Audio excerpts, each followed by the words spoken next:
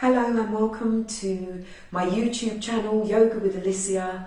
My aim is to bring you great content in the videos, good quality yoga, guidance and tuition. Today we are looking at lateral flexion of the spine. You have 33 bones in your spine, all of which can move with great suppleness and flexibility given the care and attention required. And practicing yoga will enable this. It will facilitate your spine to grow in strength and develop great flexibility. So, let us begin. We're sitting in a happy position, happy seat, nice and firmly grounded with our buttocks into the mat, rising up through our torso, the trunk of our body. The weight of our head, the heaviest part of the body, is positioned centrally, so that this central positioning over the shoulders then brings head and shoulders to rest over the hips, allowing the torso to be column-like, a pillar rising up, strong and sturdy in its foundation. Let's bring our left hand outside of our left hip. Let's breathe in and create space into the torso. So we lift from very deep down at the root, rising up to the crown and beyond. So it's a very gentle flexion to begin with. You will use those left fingers just to move slowly but surely away from the hip. Now it's your choice, you can stay on your fingertips. If you have greater flexibility already, you can bring the heel of the hand down, whichever you choose. Get to the point where you feel comfortable and where both sitting bones are still connected with the mat, because be aware when you go to move to the left, your right buttock might start rising up, so you really want to press down into that right buttock. Keep both cheeks firmly placed. They are your foundation. So you will gauge your fingertips, your left hand, to help with that alignment and that nice settling into the foundation. So we're going to take our right arm now, and as we breathe in, we're going to stretch up from our right hip to our armpit, from our armpit to our elbow, and from our elbow to our fingertips. And it's all about connecting with the breath. As we all know now, every one of us that is turning to yoga is beginning to understand that it's the breath that helps us achieve greater movement. So tune into your breath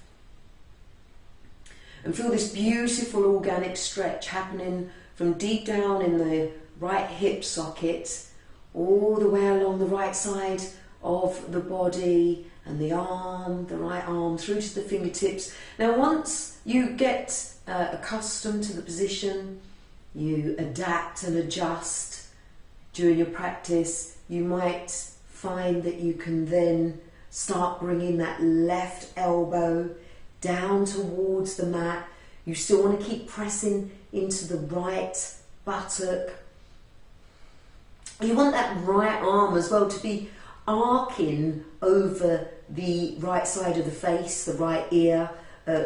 Avoid allowing it to drop forward too much. You want to keep this beautiful arc shape coming over.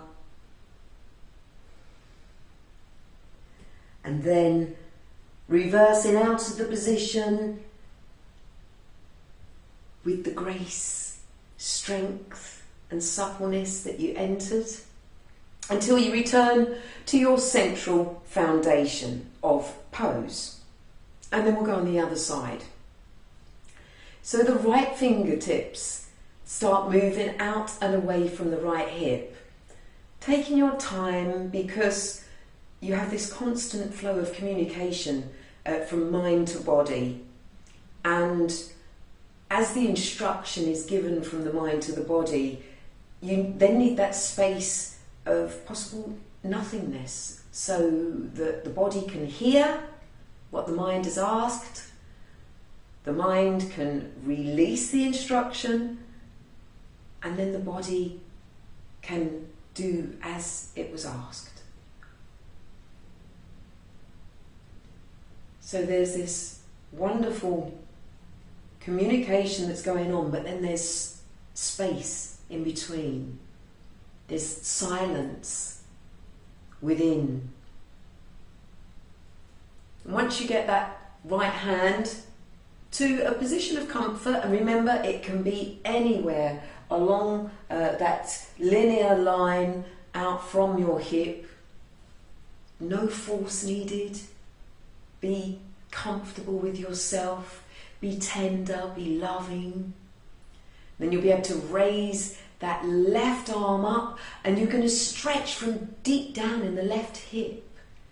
You're not just going to rise up from the upper body. This is coming from down in the foundation.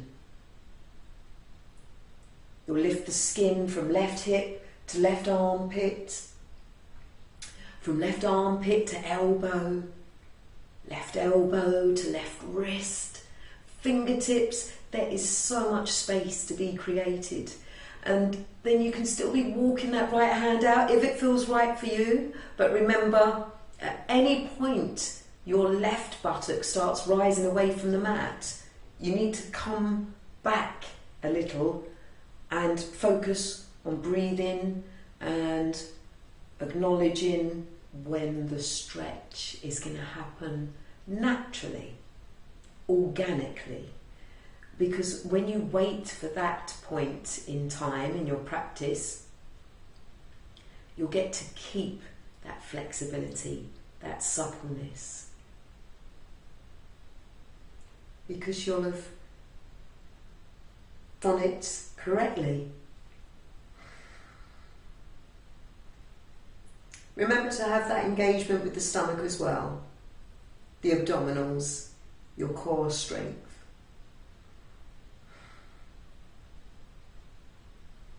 The support framework for your spine as you rise and return to your neutral central foundation. Lateral flexion of the spine. Well done. We'll see you in the next video for pose 2 of the 5 that we are leading up to for another 5 a day. Namaste.